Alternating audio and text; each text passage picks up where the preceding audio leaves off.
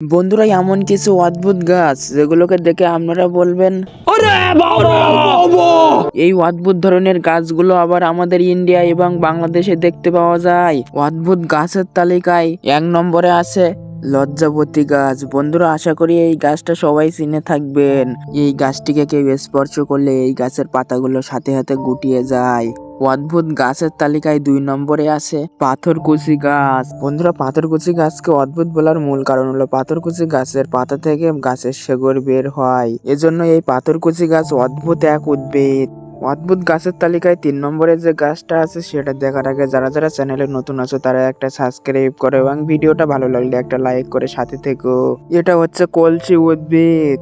সাধারণত এই উদ্ভিদগুলো গ্রাম অঞ্চলে হয়ে থাকে, এজন্য গ্রামীণ ভাষায় তাকে কলসি উদ্ভিদ বলে। এই উদ্ভিদকে অদ্ভুত বলার কারণে এই উদ্ভিদ একটা মাংসাশী উদ্ভিদ। এই অদ্ভুত উদ্ভিদটি ইন্ডিয়া এবং বাংলাদেশে পাওয়া যায়।